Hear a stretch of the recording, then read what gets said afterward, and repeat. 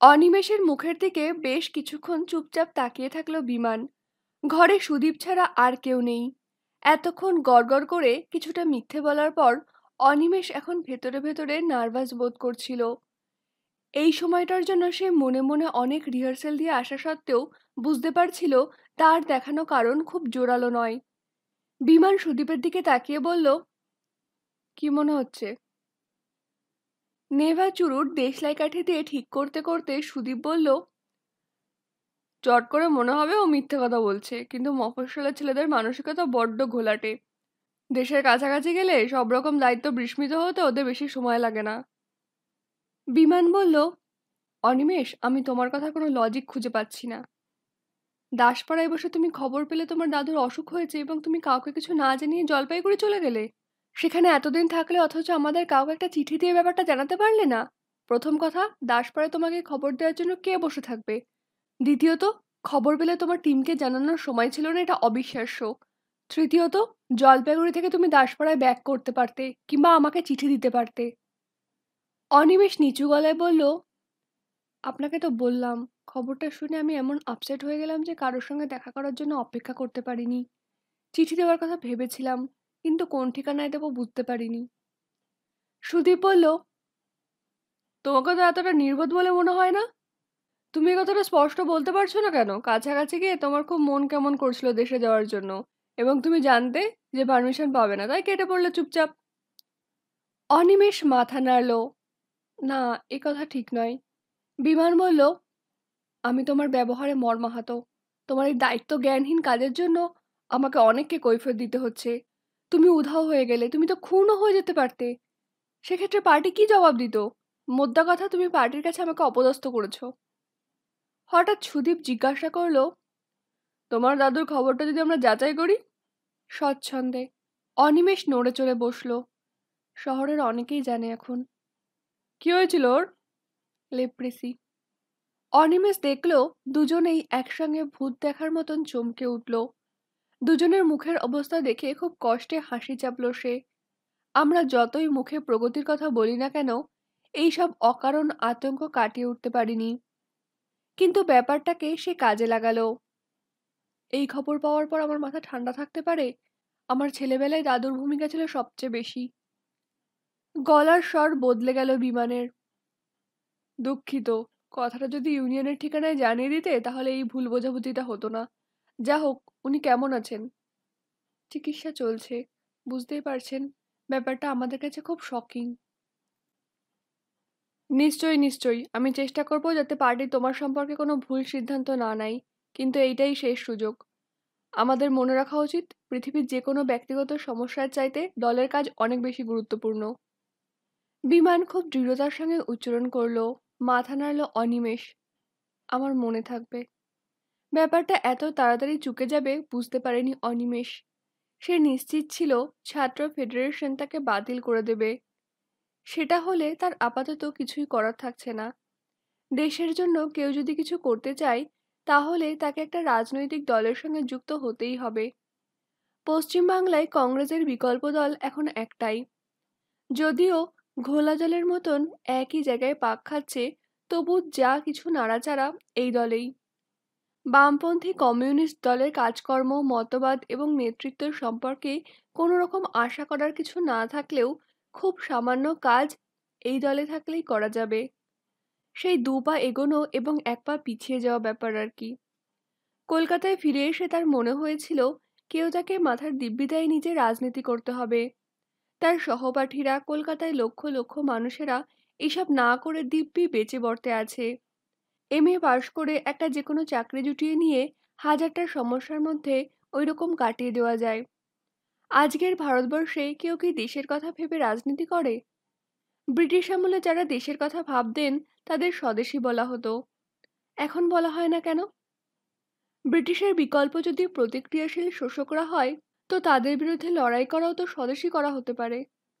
মুশকিল হলো, স্বদেশিকতাকে এখন সংকীর্ণ মনোভাবের প্রকাশ বলা হয়, অথচ বৃহত্তর ব্যাপারটার কোনো মাথামুন্ডু নেই একথা জানলেও কেউ মানতে চাইবে না।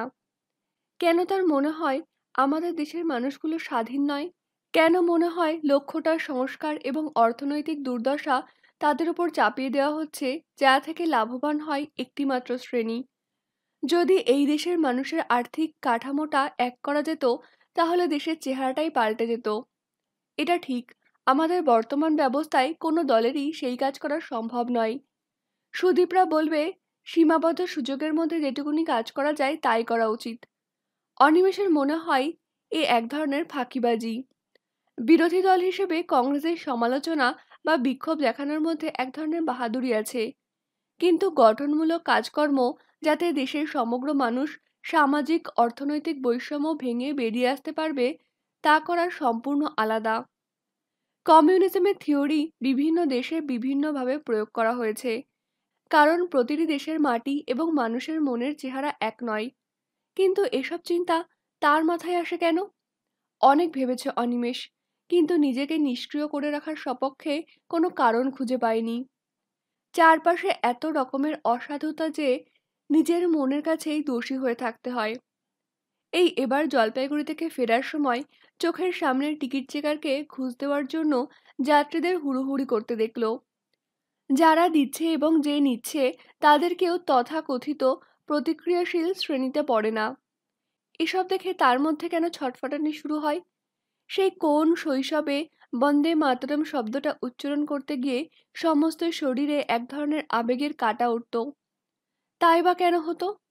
সেই সময় রক্তে রোপিত স্বদেশী চিন্তাটা এতকাল নানান তোপে চেহারা পাল্টে কি তাকে এই ছটফটানি দিয়ে গেছে? তাই যদি হয়, তবে সুদীপ বিমানদের সঙ্গে জড়িয়ে থাকাই উচিত।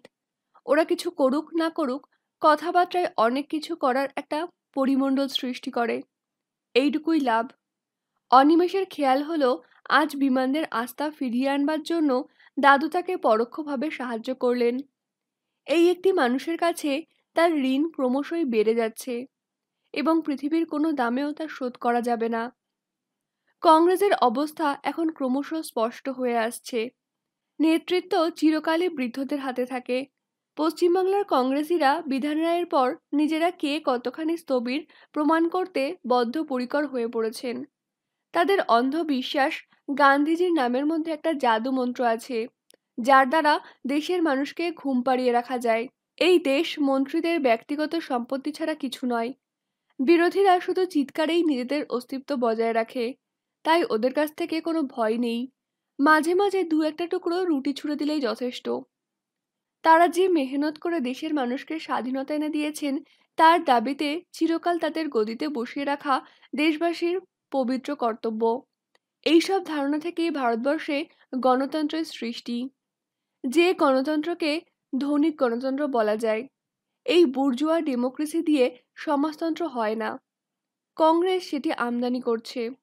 বামপন্থী দলগুলো যদি নির্বাচনে জেতে, তাহলে বুর্জুয়া ডেমোক্রেসির মধ্যে দিয়ে তাদের যেতে হবে। বামপন্থী দলগুলো নির্বাচনের মাধ্যমে কংগ্রেসকে সরাতে চাইছেন। ধনিক শ্রেণীর ব্যাংকিং যদি না থাকে, তাহলে ফল লাভ কষ্টকর। আর সত্যি যদি ফল পাওয়া যায়, তাহলে বুঝতে হবে এতকালে দেশের মানুষ নিপীড়নের বিরুদ্ধে মাথা তুলে দাঁড়িয়েছে। তারা বামপন্থীদের ভোট দিচ্ছে এই ব্যবস্থার পরিবর্তনের জন্য। কিন্তু একটা সাইকেলকে প্যাডেল ঘোরালে সামনের দিকেই নিয়ে যাওয়া যায়, পেছনের দিকে প্রয়োজনেও চালানো যায় না। নির্বাচনে জিতলে তাই বামপন্থীদের সম্পর্কে জনসাধারণ বাধ্য হয়ে মোহমুক্ত হবেন। কিন্তু পাশাপাশি আরেকটি ব্যাপার অনিমেষ লক্ষ্য করছিল। ভারতের মার্ক্সবাদী কমিউনিস্ট পার্টি আগামী নির্বাচনের কথা স্মরণ রেখে কৃষক সভার মাধ্যমে ব্যাপক আন্দোলনের কর্মসূচি নিয়েছে। খাস জমি বন্টন, বর্গাসত্ত্ব, খাদ্য, কাজ, মজুরি হলো তালিকাভুক্ত। একটু একটু করে অর্থনৈতিক দাবি দেওয়া থেকে নিম্নবিত্ত শ্রেণী গণতান্ত্রিক অধিকার ও ক্ষমতা দখলের জন্য ভাবতে শুরু করেছে। দ্রব্যমূল্য বৃদ্ধি, ব্যাপক রাজনৈতিক নির্যাতন জনজীবনকে বিপর্যস্ত করে তুলেছিল। জনগণের একাংশ এর থেকে মুক্তি পাওয়ার আশায় ক্রমশ রাজনৈতিক পরিবর্তন কামনা করতে শুরু করেছে। এই চেতনাটাকে কাজে লাগাচ্ছে বামপন্থীরা। যদিও তাদের পথ বুর্জোয়া ডেমোক্রেসির বাধাপথেই শেষ হবে, কারণ ব্যবস্থাটা যে এক। তবে এই আলোড়নের সময় যুক্ত থাকাই যে কোনো কর্মীর উচিত। অনিমেষ বিমান সুদীপের সঙ্গে মিশে গেল। আজকাল অনিমেষের হাতে তেমন পয়সা কড়ি থাকে না। এবারে বাবার কাছে সে মুখ ফুটে বেশি টাকা চাইতে পারেনি। দাদুর অবস্থা দেখার পর তা সম্ভবও নয়।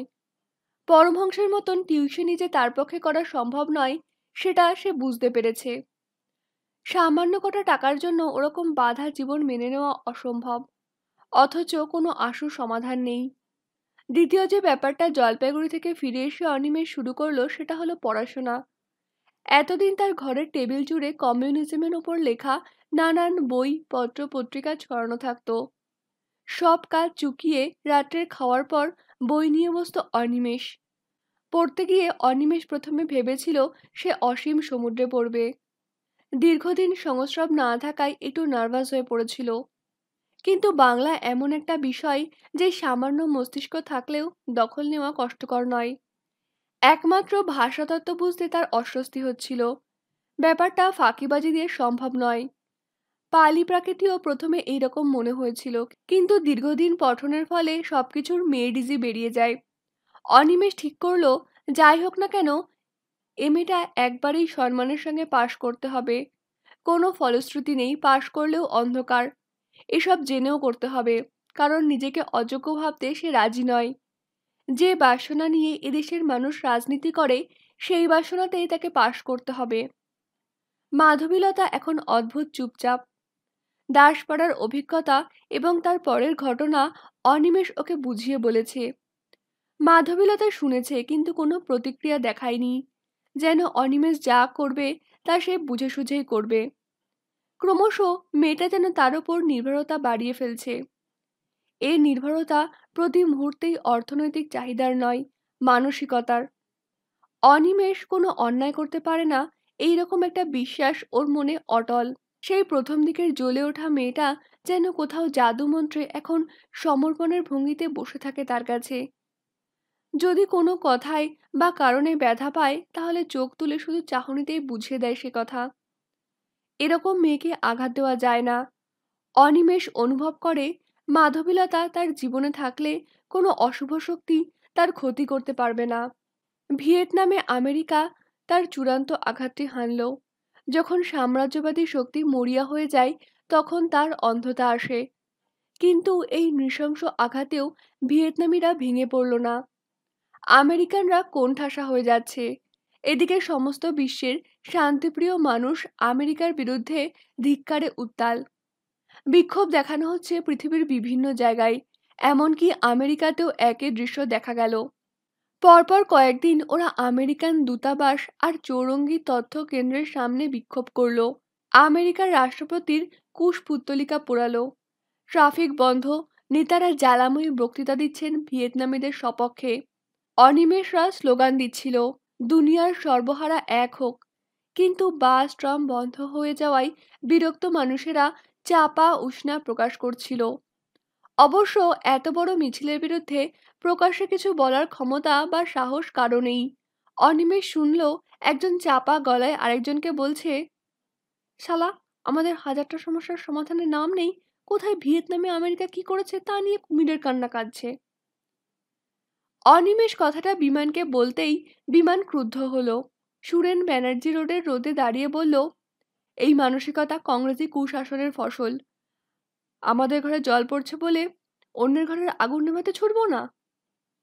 অনিমেষ বলল, আমরা প্রতিবাদ করছি ঠিক আছে, কিন্তু ভিয়েতনামীদের জন্য আমাদের কিছু করা উচিত। বিমান বলল, আমাদের সমর্থন ওদের কাছে পৌঁছে দিলে ওরা জোর পাবে। তা ঠিক। অনিমেষ বলল, অন্যভাবে আমরা যদি সাহায্য করি তাহলে ওদের উপকার হয়। আমরাও কাজে কিছু করতে পারলাম বলে তৃপ্তি পাবো। কিভাবে? জামা কাপড়, ওষুধ, খাবার এইসব পাঠিয়ে। ভালো, কিন্তু আমাদের ফরেন সার্ভিস সেগুলো পৌঁছে দেবে কিনা কিংবা সরকার তাতে অনুমতি দেবে কিনা সে তো জানি না। ঠিকই বলেছ, ভিয়েতনামি সংগ্রামীদের জন্য সাহায্য তোলা যায়। বিমান বলল। সংগ্রামী শব্দটার পাশে সাহায্য করাটা খুব খারাপ শোনালো অনিমেষের কানে। সে বলল, না, লোকের কাছে ভিক্ষা করব না। আমরা একটা বড়সড় অনুষ্ঠান করে টিকিট বিক্রি করে টাকা তুলে ওষুধ কিনতে পারি। আপনি কথা বলে দেখুন। অনুমতি পাওয়া গেল। ইউনিভার্সিটি ইউনিয়ন থেকে ভিয়েতনাম এইড কমিটি হলো। সুদীপ কনভেনার, অনিমেষ সম্পাদক। কয়েকদিন ধরে জোর আলোচনা চলল। ঠিক হলো মহাজাতি সদনে অনুষ্ঠানটি হবে। সকালে হলে কম ভাড়া লাগে, যেরকমভাবে হোক খরচ কমাতে হবে। সবাই একমত হলো যে কোনো রকম হালকা গান বাজনা বা নাটক হবে না, জনসাধারণকে উজ্জীবিত করতে পারে এই রকম অনুষ্ঠান সূচি করা দরকার। তখনই পাল্টা কথা এলো, অর্থ সংগ্রহ যদি প্রধান উদ্দেশ্য হয় তাহলে জাগরণের গান ফান হলে টিকিট বেশি বিক্রি হবে না। দেখা গেল কমিউনিস্ট পার্টির গণনাট্য সংঘের সঙ্গে একদা যুক্ত থেকে যারা বিখ্যাত হয়েছেন তারা হয় পার্টি ছেড়ে দিয়ে লঘু অনুষ্ঠান করছেন, নয় ডানপন্থী কমিউনিস্ট বলে পরিচিত। ভারতীয় মার্ক্সবাদী কমিউনিস্ট পার্টির কালচারাল ফোরামে কোনো জনচিত্তজয়ী শিল্পী নেই, তাহলে দু একজন তাত্ত্বিক কিংবা প্রচুর কর্মী এবং বক্তা থাকা এক, আর প্রকৃত শিল্পী থাকা অন্য কথা। তখন ঠিক হলো কমিউনিজমের প্রতি অনুগত অথচ কোনো দলের সঙ্গে জড়িত নন এমন শিল্পীর সন্ধান করতে হবে। এই অবস্থায় সুদীপ প্রস্তাব দিল নাটক অভিনয় করানোর। কলকাতার প্রখ্যাত দল জনবাণী সম্পর্কে সাধারণ মানুষের কৌতূহল এবং শ্রদ্ধা প্রচুর, কারণ এই দলের বিখ্যাত পরিচালক অভিনেতা এখন বাংলাদেশের নাট্য জগতের অন্যতম স্তম্ভ। চলচ্চিত্রে অভিনেতা হিসেবে সফল হলেও নাট্যকর্মে নিজেকে নিয়োজিত রেখেছেন তিনি। তার দল অত্যন্ত সুশৃঙ্খল। ভারতীয় মার্ক্সবাদী কমিউনিস্ট পার্টির সদস্য নন তিনি, কিন্তু জনবাণী দল সবসময় সর্বহারার পক্ষে নাটক করে। প্রতিটি নাটকই প্রচণ্ড জনসমর্থন পেয়েছে তার পরিবেশনা, প্রযোজনা এবং প্রধান অভিনেতা পরিচালক সুবিমল গুপ্তের জন্য। সুবিমল বাবুর নাটকগুলো কমিউনিস্ট পার্টিকে প্রচণ্ড সমর্থন করেছে জনমানস গঠন করতে।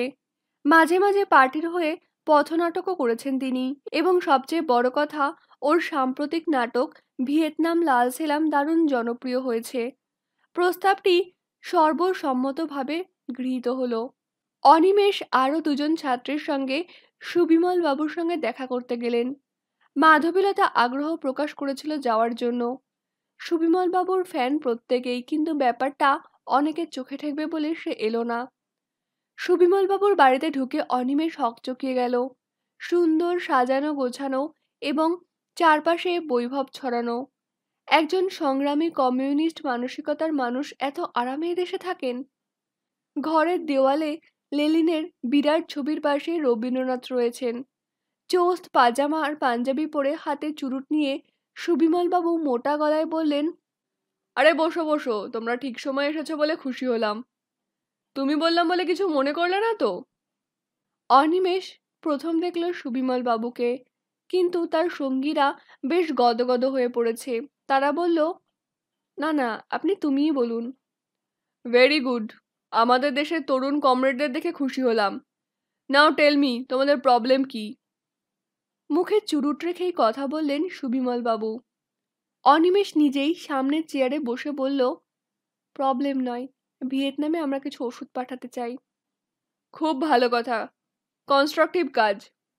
হ্যাঁ, এই জন্যই অর্থ দরকার।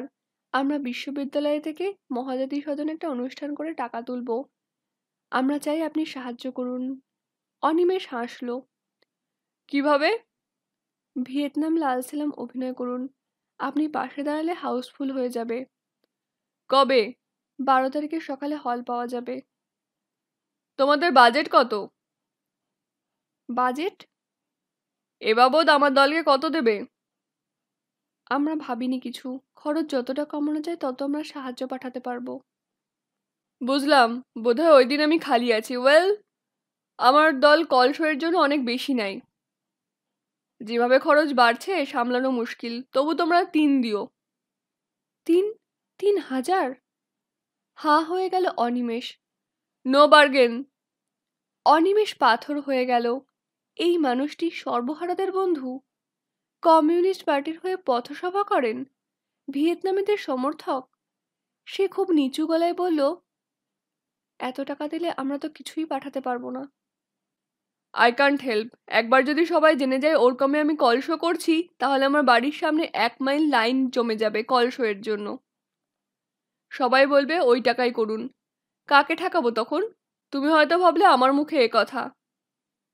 রাইট, কিন্তু আমার রাজনৈতিক চিন্তা আর প্রফেশনাল এটিকেট এক নয়, হতে পারে না। একজন সরকারি কর্মী যেমন সরকার বিদ্বেষী স্লোগান দিলেও সরকারের কাজ করে মাইনে নেন পেটের জন্য, আমিও দুটোকে এক করতে পারি না।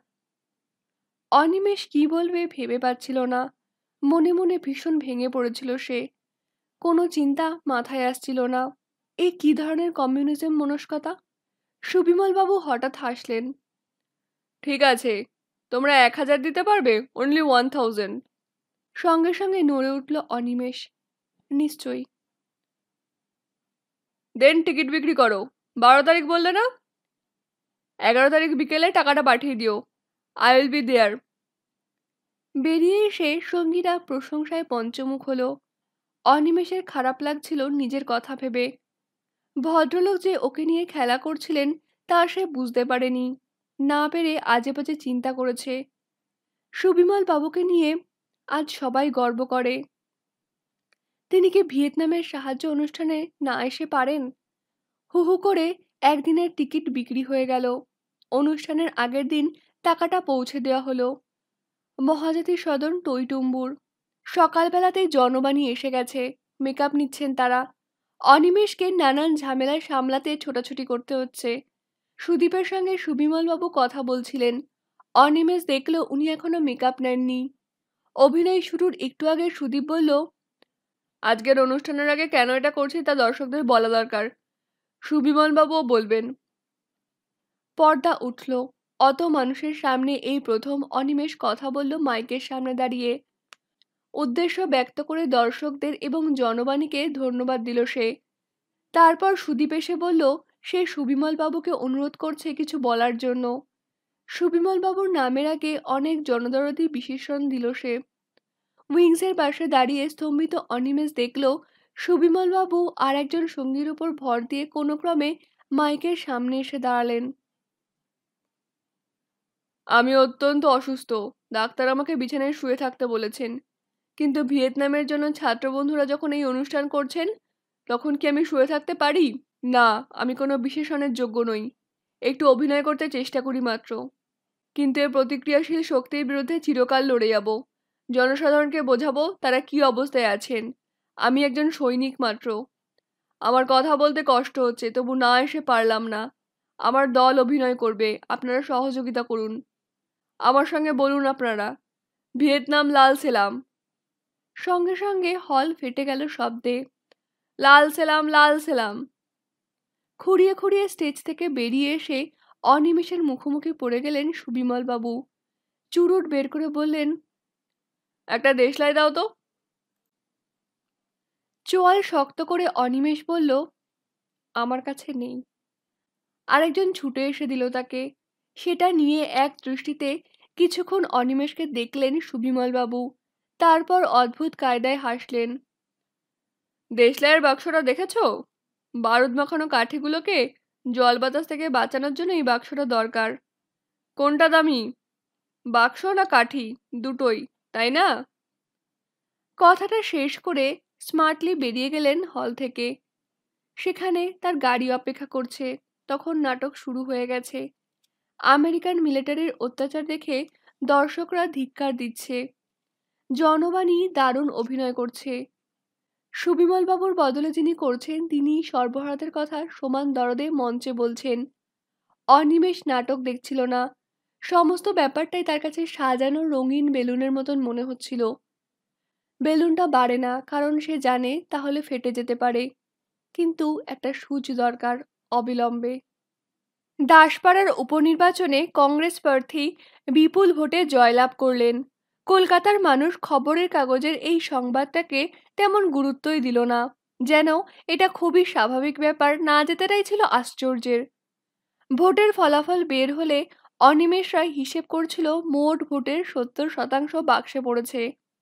বাকি 30 ভাগ যারা ভোট দেয়নি তাদের সমর্থন পেলে কি কাণ্ড হতো বলা যায় না। দেখা গেল আগেরবার বিরোধী প্রার্থী যত ভোট পেয়েছিল এবার তা থেকে হাজারখানেক বেড়েছে। বিমান বা সুদীপ এই নির্বাচন নিয়ে কোনো কথা বলছে না। যা গিয়েছে তার সম্পর্কে ভেবে কিছু লাভ নেই। পার্টির নেতারা নিশ্চয়ই নিজেদের মধ্যে আলোচনা করে ত্রুটিগুলো সামলে নেবেন সামনের বার। অনিমেষ জিজ্ঞাসা করতে বিমান জবাব দিয়েছিল, পর্যালোচনা চলছে। সুবিমল বাবুর ব্যাপারটার পর থেকে অনিমেষ নিজের ভেতরে যেন আর উৎসাহ খুঁজে পাচ্ছিল না। এই মানুষটির দ্বৈত সত্তার কথা জেনেও পার্টি তাকে মূল্যবান বলে মনে করে, কমরেডের সম্মান দেয়। এটা কেমন কথা? ক্রমশ সে নিষ্ক্রিয় হয়ে পড়ছিল। এখন অভ্যাসবশত ইউনিয়ন অফিসে যায়, কথা শোনে, কিন্তু আলোচনায় উৎসাহ পায় না। এই সময় ভারতবর্ষ আর পাকিস্তান একটা যুদ্ধে লিপ্ত হলো। সন্ধ্যের পরেই কলকাতা শহর অন্ধকারে ডুবে যায়। তড়িঘড়ি মানুষ ঘরে ফিরে যাচ্ছে। যে কোনো মুহূর্তেই পাকিস্তানের বোমারু বিমান কলকাতার আকাশে দু একটা বোমা টুপ করে ছুড়ে দিতে পারে। তবে চীনের সঙ্গে যখন গোলমালটা লেগেছিল, তখনকার মতন দিশেহারা অবস্থা এখন নয়। মানুষ জানে পাকিস্তান যতই গর্জাক, ভারত দখল করার হিম্মত নেই। কিন্তু এই মুহূর্তে ভারতবাসী কংগ্রেসের সরকারের পাশে দাঁড়িয়ে, বহুমুখী বিরোধীরাও মুখ হয়ে আছে। তবু যুদ্ধটা ঠিক জমছে না।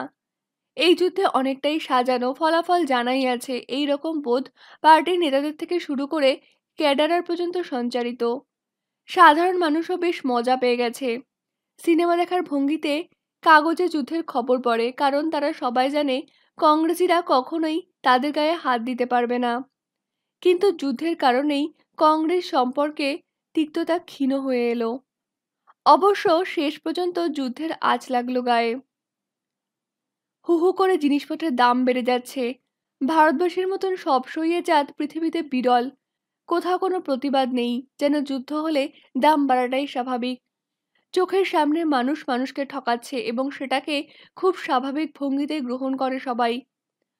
অনিমেষের মনে হলো 47 সালের 15ই আগস্টেই এদেশের মানুষের মেরুদণ্ডটিকে খুলে নিয়ে মাউন্টব্যাটেন সাহেব দেশে চলে গেছেন। যুদ্ধটা যখন থেমে গেল খুব আফসোস হচ্ছিল ওর। পাকিস্তান কেন পূর্ববঙ্গকে ব্যবহার করলো না?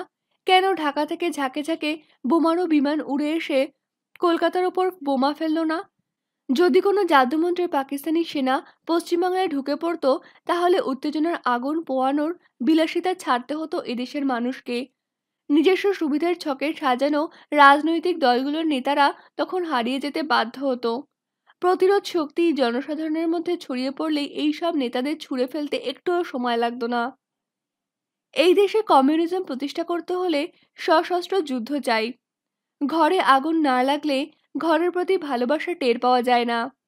স্বার্থের পৃথক খোলসগুলোকে চূর্ণ করতে যুদ্ধ চাই, নইলে এই নিরাশক্তির ভান কখনোই ঘুচবে না।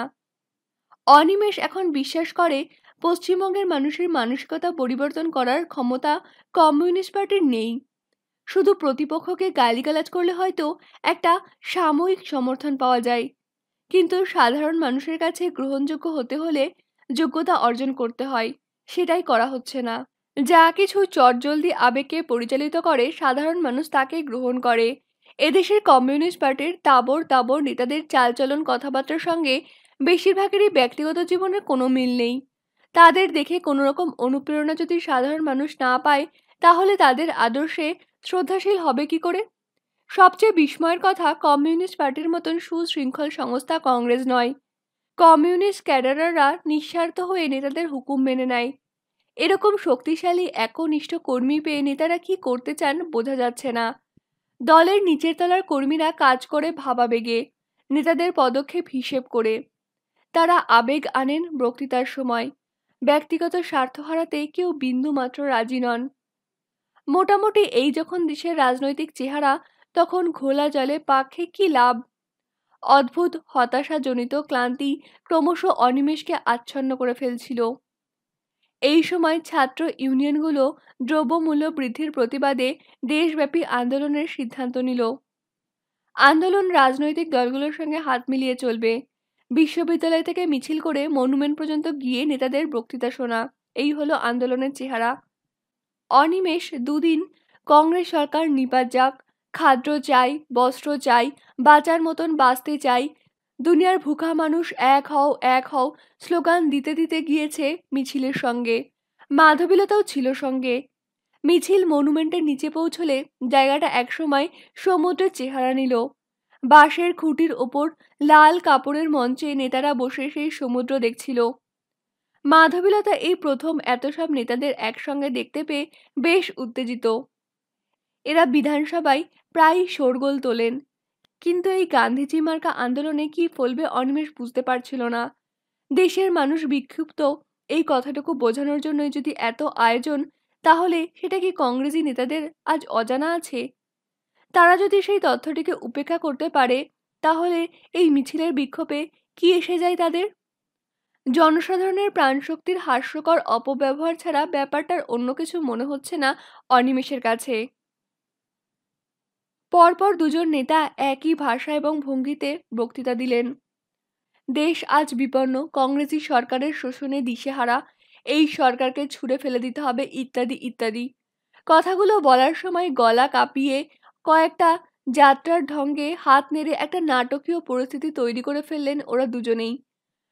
কথা বলার সময় আবেগে মাঝে মাঝে কণ্ঠরুদ্ধ হয়ে যাচ্ছিল। ওদের চিৎকৃত ভাষণ যখন শেষ হলো, তখন বঙ্গে বর্গীপালার শেষে যে হাততালি পড়ে, তারই অনুরণন মনুমেন্টের তলায় ছড়িয়ে পড়ল। বক্তৃতায় ক্লান্ত নেতাদের ভঙ্গি দেখে মনে হচ্ছিল তারা এইমাত্র ঘরে ঘরে অন্ন বিলিয়ে দিয়ে ফিরে এলেন। সবশেষে যিনি উঠলেন, তার জন্যই জনতা উগ্রীব হয়ে অপেক্ষা করছিল।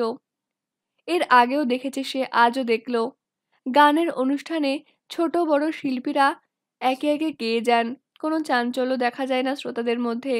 কিন্তু শেষ নামটি যেই ঘোষিত হয় এবং বিখ্যাত শিল্পী যখন মঞ্চে এসে দাঁড়ান, তখন হাততালি পড়ে, যেন এতক্ষণে অনুষ্ঠানটি সার্থক হলো। এখন যিনি বলতে এলেন, তারও সেই মেজাজ। উনি যখন বলেন তখন যুক্তি দিয়ে বলবেন, এইটাই সবার ধারণা। এর আগের মিটিংয়ে উনি প্রথম বলেছিলেন বলে বাকি বক্তারা অসন্তুষ্ট হয়েছিল, কারণ তাদের কথা শোনার জন্য কেউ অপেক্ষা করেনি।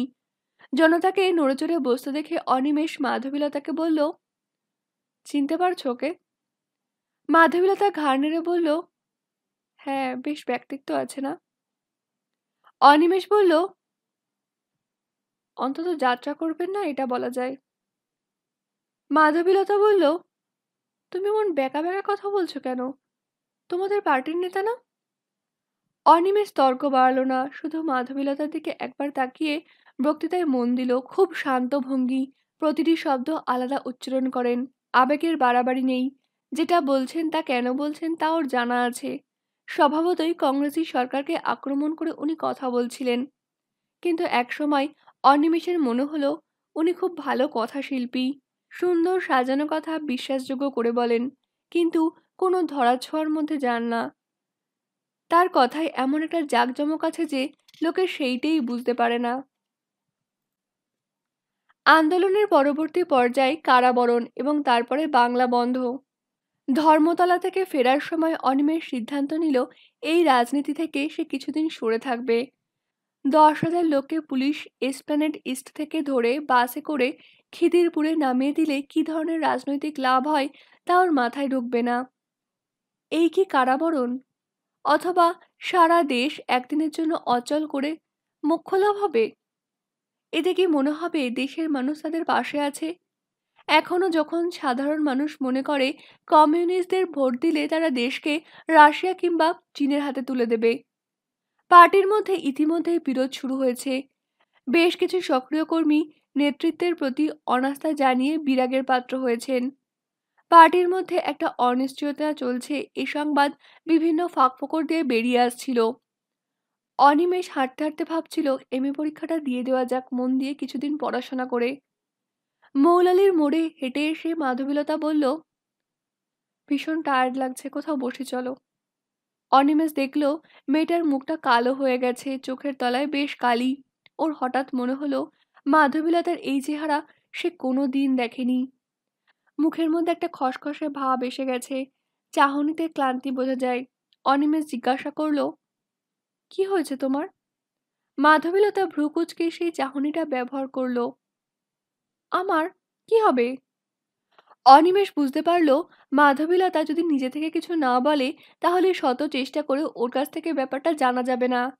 মাধবীলতা হাসল, কি থেকে কি কথা, বললাম কোথাও চলো বসি। না, তোমার কি হয়েছে? বসতে চাইলে কিছু হয় বুঝি? অনিমেষ একটা ছোটখাটো চায়ের দোকান দেখতে পেয়ে বলল, চলো ওখানে বসি, তবে শুধু চা খেতে হবে। মাধবীলতা বলল, সেটা আমি বুঝবো। দোকানটা নিচু ধরনের, অবস্থা যে ভালো নয় তার চেহারা দেখেই মালুম হয়। ছড়িয়ে ছিটিয়ে যারা আড্ডা মারছিল তারা বেশ উৎসুক চোখে ওদের দিকে তাকালো। অনিমেষ সেটা দেখেও গা করল না। একটা ছোড়া এলে মাধবীলতা তাকে দুটো করে টোস্ট আর চা দিতে বলল। তারপর অনিমেষের দিকে ঘুরে জিজ্ঞাসা করলো, তুমি কিন্তু আজকাল সব কথা আমার কাছে বলো না। কি কথা? বিমানদের সঙ্গে তোমার ঠিক মিলছে না, না? কি করে বুঝলে? অনিমেষ অবাক হলো। এসব কথা ও কখনো মাধবীলতার সঙ্গে আলোচনা করেনি। আমি কি ঠিক বলছি? মোটামুটি। যাক, তাহলে তোমাকে বুঝতে আমার ভুল হয় না। অনিমেষ মাধবীলতার চোখে চোখ রাখতেই সে মুখ নামিয়ে নিল। কথাটাই এমন সুখ জড়ানো যে তা অনিমেষকেও স্পর্শ করল। কিছুক্ষণ চুপ করে থেকে সে বলল, আসলে আমি এই দলের কাজকর্ম মানতে পারছি না। এরা যেভাবে চলছে সেভাবে চললে এদেশে কোনোদিনই কমিউনিজম আসবে না। বুঝে সুঝে অন্ধ হয়ে থাকতে ভালো লাগছে না। মাধবীলতা বলল, তুমি কি অন্য কোনো দলে যাবে? অনিমেষ বলল, অন্য দল? ধুৎ, সেগুলো তো আরো খারাপ। না না, কোনো দল ফল নয়। ভাবছি এখন মন দিয়ে পড়াশোনা করব। মাধবীলতা বলল, আমি তোমার রাজনৈতিক ব্যাপারে কোনো কথা বলতে চাই না, তবে একটা অনুরোধ করব। হুট করে কিছু করে ফেলো না। তুমি যদি বিমানের সঙ্গে সম্পর্ক না রাখতে চাও, তবে ঝগড়া করে নয়, চুপচাপ কোনো সংঘর্ষ ছাড়াই সরে পড়ো। একদিনে করলে সেটা ধরা পড়ে যাবে, তাই কয়েকটা দিন সময় নাও। তারপর হেসে বলল, কিন্তু এম এ রেজাল্টটা যেন ভালো হয়। অনিমেষ বলল, তোমার চেয়ে নিশ্চয়ই ভালো হবে না। মাধবীলতা দিয়ে যাওয়া টোস্টের ওপর গোলমরিচ ছড়াতে ছড়াতে বলল, আমার বোধহয় পরীক্ষা দেওয়াই হবে না। চমকে উঠল অনিমেষ। সে কি, কেন? মুখ না তুলে মাধবীলতা বলল, ওসব ছেড়ে দাও। বাড়িতে চিঠি দিয়েছো? চোয়াল শক্ত হলো অনিমেষের। কিছুক্ষণ ধরে ও বুঝতে পারছিল মাধবীলতার কিছু হয়েছে, যার জন্য ওকে চিন্তা করতে হচ্ছে খুব, এবং তার ছাপ পড়েছে চোখে মুখে। এতদিন ব্যাপারটা লক্ষ্য করেনি বলে সে নিজের ওপরেই বিরক্ত হলো। খুব গম্ভীর গলায় বলল, তুমি যদি কিছু বলতে না যাও তাহলে আমার পক্ষে এসব খাওয়া অসম্ভব। হেসে ফেলল মাধবীলতা। ও মা, কি ছেলে মানুষই! এখন কি আর রাগ করে খাওয়ার নষ্ট করার বয়স আছে? খোকা কোথাকার! ইয়ার্কি মেরো না। তুমি যদি না যাও তাহলে অবশ্যই তোমার ব্যাপারে আমি কথা বলবো না, কিন্তু সেইটাই জানা দরকার। অনিমেষ বলল। মাধবীলতা বলল, অমনি রাগ হয়ে গেল? অনিমেষ বলল, আমাকে কি এতটাই অপদার্থ ভাবো যে রাগ করবার যোগ্যতাও নেই? টেবিলের ওপর দুই কুনুই, হাতের ওপর চিবুক। মাধবীলতা অনিমেষের দিকে তাকিয়ে থাকতে থাকতে নিজেকে সামলাতে পারল না। বুকের মেঘ কখন যে টুক করে জল হয়ে চোখে গড়ায় তা যদি বোঝা যেত আগে ভাগে। অনিমেষ হতভম্ব হয়ে গিয়েছিল। তারপর চাপা গলায় বলল, এটা চায়ের দোকান। দেওয়ালের দিকে মুখ ঘুরিয়ে চট করে দুচোখ সামলে নিল মাধবীলতা, কিন্তু তার ভেতরটা ঠান্ডা হতে সময় লাগলো আরো কিছুক্ষণ। ওরা নীরবে টোস্ট খেয়ে চায়ের কাপে হাত দিল। অনিমেষ কোনো কথা বলছিল না। মাঝে মাঝে তার মাধবীলতাকে এত গভীর মনে হয় যে হাজার চেষ্টা করেও রূপ দিয়ে তল পাবে না। চটুল হালকা টাইপের মেয়েদের সহজেই উপেক্ষা করা যায়, কিন্তু মাধবীলতাকে নয়। চা খেয়ে দাম দিল মাধবীলতা। তারপর রাস্তায় নেমে শিয়ালদা স্টেশনের দিকে হাঁটতে হাঁটতে বলল, বাবার জন্যই বোধহয় আমার আর এম এ পরীক্ষাটা দেয়া হবে না। মানে? উনি মরিয়া হয়ে উঠেছেন আমার বিয়ে দেওয়ার জন্য। আমি ওকে বলেছি এসব চিন্তা ছাড়তে। আমার মুখে এরকম কথা উনি আশা করেননি। ফলে অগ্নিকাণ্ড আরম্ভ হয়ে গেছে, যা ইচ্ছা তাই বলছেন। আমাকে এখান থেকে বাইরে পাঠিয়ে দেওয়ার পরিকল্পনা করছেন। যে পাত্রটিকে ওরা নির্বাচিত করেছেন সে বোধহয় আমার কথা শুনে হাতছাড়া হয়ে গেছে। ফলে আরো দিশেহারা অবস্থা। আমি বলেছি পরীক্ষা অবধি অপেক্ষা করতে, কিন্তু ভাবগতিক দেখে মনে হচ্ছে তা অপেক্ষা করবে না। মাধবীলতা মাথা সোজা করে হাঁটছিল, যেন কথাগুলোর মধ্যে নিজের অবস্থাটাকে জরিপ করছিল। অনিমেষের বুকের ভেতরটা হু হু করে উঠল। সে মাধবীলতার জন্য কিছু করার উদগ্রীব হয়ে উঠল। না, যে কোনোভাবেই ওর এম এ পরীক্ষা দেওয়ার ব্যবস্থা করতে হবে। কিন্তু কেন ওরা এমন করছেন? ওরা আমার ভাবগতিক দেখে ভালো বুঝছেন না তাই। হাসল মাধবীলতা। বোধহয় বুঝতে পেরেছেন আমি মনের দিক থেকে একা নই। তাতে কি হয়েছে? কোনো পিতামাতাই মেয়েদের নির্বাচনের উপর আস্থা রাখতে পারে না। সবসময় ভাবে এই বুঝি বোকামি করলো। তুমি আমার কথা ওদের বলেছ? হ্যাঁ। কি বললেন ওরা? নাই বা শুনলে। শোনো, আমি গত রবিবার একটা স্কুলে ইন্টারভিউ দিয়েছি। আমার এক বন্ধুর দিদি ওই স্কুলে কাজ করে। যদি চাকরিটা হয়ে যায় তাহলে বেঁচে যাব। তুমি চাকরি করবে, পড়াশোনা করবে না? সে পরে দেখা যাবে। প্রাইভেটেও পরীক্ষা দেওয়া যায়। হয়তো চাকরিটার জন্যই দিতে হবে। সেসব এখনই ভাবছি না। এখন যেটা সমস্যা সেটা হলো একটা ভালো হোস্টেল। তোমার জানাশোনা কোনো হোস্টেল আছে? মাধবীলতা অনিমেষের দিকে তাকালো। অনিমেষ মাথা নাড়ল। না, তবে হোস্টেলের খোঁজ নিতে পারি। কিন্তু তুমি বাড়ি থেকে বেরিয়ে আসবে? মাধবীলতা দাঁড়িয়ে পড়ল। দুপাশে বাড়ি ফেরা মানুষের ভিড়, হকারের চিৎকার। তার মধ্যে স্পষ্ট গলায় জিজ্ঞাসা করল, তুমি কি চাইছো না বাড়ি থেকে আমি বেরিয়ে আসি? তুমি কি যথেষ্ট ভেবেছ? আমার প্রশ্নের উত্তর দাওনি। অনিমেষ একটুও ভাবল না, বলল, ওরা তোমাকে জোর করে অন্য কোথাও পাঠিয়ে বিয়ে দেবেন এটা আমি মানতে পারি, কিন্তু এতদিনের পরিচিত পরিবেশ আর আত্মীয়স্বজন ছেড়ে তুমি একা হোস্টেলে এসে উঠবে? এ ব্যাপারে কোনো দ্বিধা আছে কিনা তাই জানতে চাইছিলাম। নিজের কাছে পরিষ্কার হলে পৃথিবীতে কে কি মনে করলো তাতে কিছু এসে যায় না। আমার সবকিছু পরিষ্কার যদি তুমি পাশে থাকো। আমি কোনো অন্যায় করিনি। বাবা যদি না মানতে পারেন তাহলে সেটা দুঃখের। আমি তো হোস্টেলে একা থাকছি না, তুমি তো আছো। তুমি কখনো আমায় ফেলে না গেলেই হলো। মাধবীলতা হাসল। আত্মবিশ্বাস এবং লজ্জা একসঙ্গে চলকে উঠল যেন। অনিমেষ বলল, বড্ড আফসোস হচ্ছে। মাধবীলতা ঘাড় বেঁকালো। কেন? নিজেকে খুব অপদার্থ মনে হচ্ছে। তুমি যখন এত বড় ঝুঁকি নিচ্ছ, তখন আমার হাতে এক ফোঁটাও জোর নেই। এখন আমি বাবার পাঠানো টাকার ভরসায় থাকি। আমার উচিত তোমাকে বিপদ থেকে বাঁচানো, কিন্তু দেখো, শুধু কথা ছাড়া আমি কিছুই করতে পারি না। দেখি কি করতে পারি। শেষের কথাটা একটু চিন্তা জড়ানো গলায় বলল অনিমেষ। মাধবীলতা বলল, এই, তুমি কি চাও আমি এখানে দাঁড়িয়ে চিৎকার করে কাঁদি? মানে? আর একবার এইসব কথা বললে আমি এখানে এমন সিন করবো যে মজা বুঝবে। কিন্তু? কোনো কিন্তু নয়। আমার কথা তোমাকে ভাবতে হবে না। তুমি এমএ পাশ করে? না ভেবে কথাটা শুরু করে হঠাৎ থেমে গেল মাধবীলতা।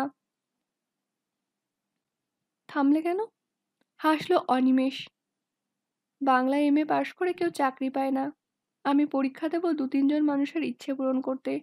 কিন্তু চাকরি যদি করতে হয় তাহলে বিএ পাশের ডিগ্রিতেই যথেষ্ট। তাছাড়া বলি, যদি রাজনীতি করতে চাই লোকে আমাকে হামবাক ভাববে। যেন ওটা করার জিনিস নয়। এককালে যারা সিরিয়াসলি কমিউনিস্ট পার্টি করত, গণনাট্য করত, এমন কয়েকজনকে আমি জানি কি দুরবস্থায় দিন কাটাচ্ছেন।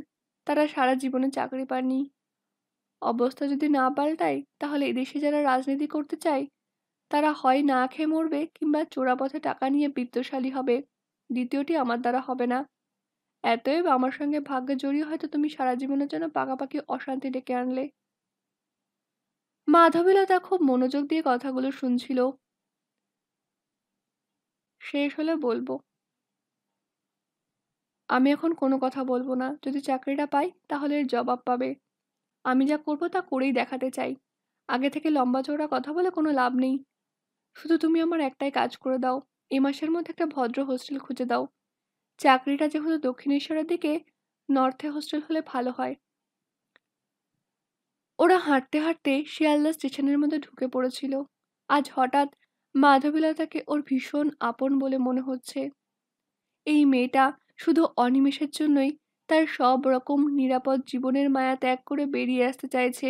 এর চেয়ে বড় অহংকার আর তার কি আছে? কিন্তু এই কথাটা ভাবলেই নিজেকে ভীষণ অসহায় মনে হয়। তার সামনে কত কি করার আছে, অথচ সে কিছুই করতে পারছে না। একজন প্রেমিক হিসেবে যেমন, একজন রাজনৈতিক কর্মী হিসেবেও তেমনি কোনো ফারাক নেই। দুটো হাত আছে, কিন্তু তাতে একটিও আঙুল নেই। ক্রমশ একটা অপদার্থ ছাড়া নিজেকে অন্য কিছু মনে হচ্ছে না।